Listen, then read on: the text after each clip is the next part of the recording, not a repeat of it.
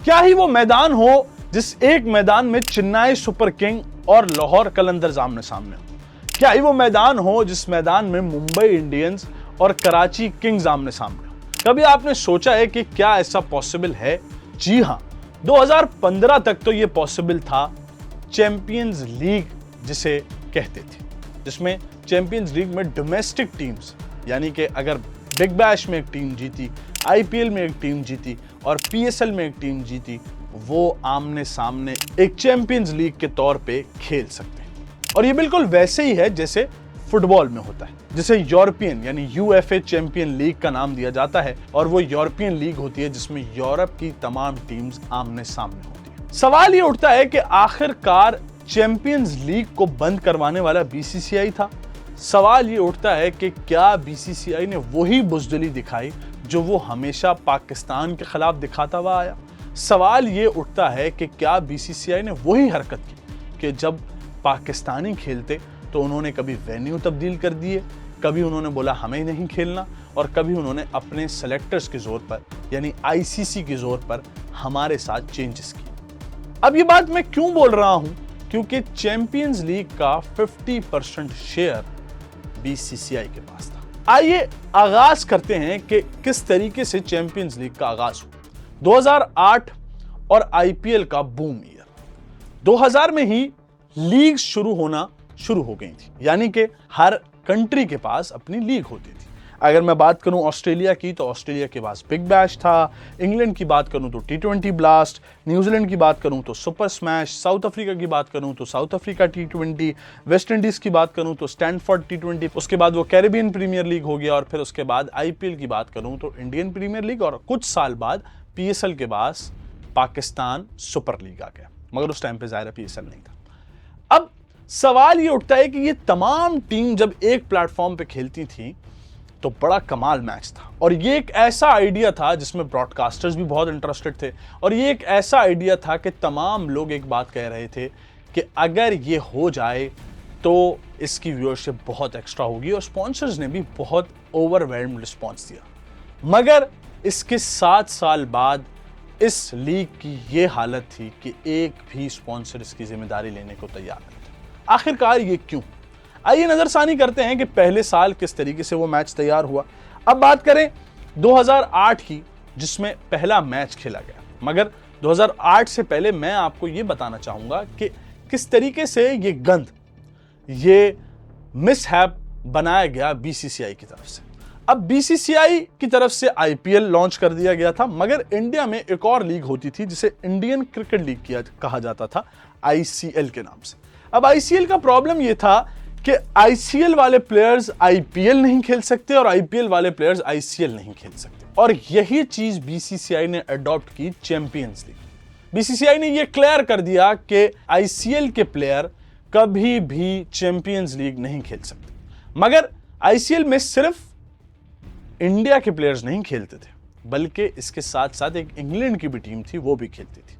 कुछ डिस्कशन के बाद उस इंग्लिश टीम को तो अप्रूवल मिल गया, मगर आईसीएल की उस टीम को अप्रूवल ना मिल सका, और सिर्फ आईपीएल की टीम ही खेलती हुई नजर आती थी।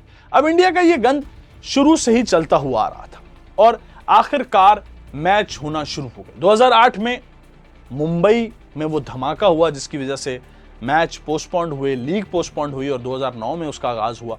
और उसके बाद उस लीग ने उस साल तो बहुत बूम पाया, मगर आखिरकार वक्त तब्दील होता रहा। उस वक्त के प्राइम स्पॉन्सर्स ESPN स्पोर्ट्स थे, फिर उसके बाद एयरटेल आया, ओप्पो आया, कुछ साल बाद चेंजेस होते रहे। अगर ESPN स्पोर्ट्स की बात करूं तो $900 मिलियन का कॉन्ट्रैक्ट उन्होंने चैंपियंस लीग के साथ किया। अब बीसीसीआई यहां से भी पैसा अच्छा कमा रहा था और आईपीएल भी अपने बूम पे था। मगर ख़वातीन व हज़रात, तारीख ने कुछ और ही लिखा था। अब बात करें कि इस पूरे गेम की तब्दीली कैसे आई। इस एडिशन का पहला ईयर जीतने वाली टीम न्यू साउथ वेल्स थी, जिसने ये लीग जीती, और उसके साथ खेलने वाली टीम वेस्ट इंडीज की टीम थी, और वहीं से ही गेम तब्दील होता रहा। मगर यहाँ एक बहुत बड़ी कंफ्यूजन थी। जैसा कि मैंने आपसे कहा कि वेस्ट इंडीज की टीम मौजूद थी और वो फाइनल तक गई।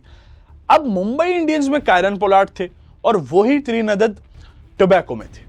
अब ये जो टीम थी, इसमें कायरन पोलार्ड भी खेल रहे थे, और यहां से 2009 में मुंबई इंडियंस में कायरन पोलार्ड को ले लिया गया था। आपको पता है कि उसके बाद वो प्लेयर्स किस टीम से खेलते हैं। उन प्लेयर्स ने पैसों को तरजीह दी और पैसों को तरजीह देने के बाद उन्होंने क्लियरली ये बात बोली कि हम जो टीम ज़्यादा पैसे लेगी उनके साथ खेलेंगे, यानी वो लीग की तरफ चले गए और अपनी कंट्री को छोड़ दिया। और यहीं से कंफ्यूजन स्टार्ट की, क्योंकि बहुत सारे प्लेयर्स आईपीएल में मौजूद थे, आईपीएल की टीम उनको खरीद चुकी थी।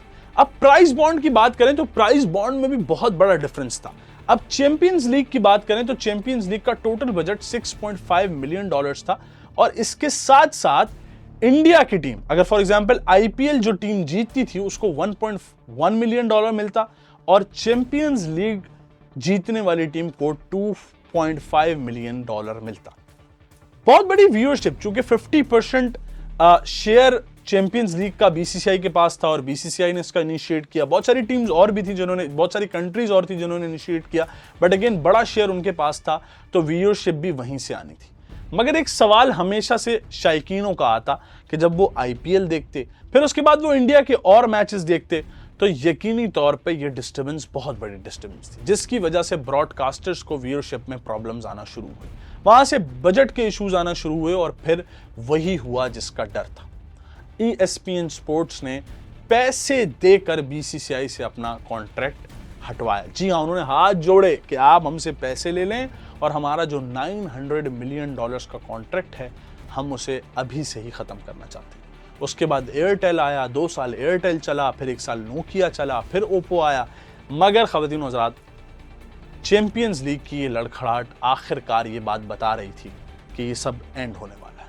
और मैंने ये बात क्यों कही कि बीसीसीआई का इसमें सबसे बड़ा रोल था इस लीग को तबाह करने का, क्योंकि आईपीएल में बहुत सारे प्लेयर्स खेलते, वही प्लेयर्स जब फिर से उसी टीम से खेलते, यानी आईपीएल की टीम से चैंपियंस लीग में खेलते, तो उनके अपने मुल्क की टीम हार जाती और आखिरकार वो प्लेयर्स उस टीम को तरजीह ना दे पाते। फुटबॉल में तो आसान है, यानी कि फुटबॉल में आप एक लीग को एक ही टाइम पे ही खेल सकते हैं। यानी कि अगर कोई प्लेयर बिग बैश में खेल रहा है और वो कुछ दिनों बाद आईपीएल में खेलना चाहे तो वो खेल सकता है, या सेम टाइम पे भी खेल सकता है।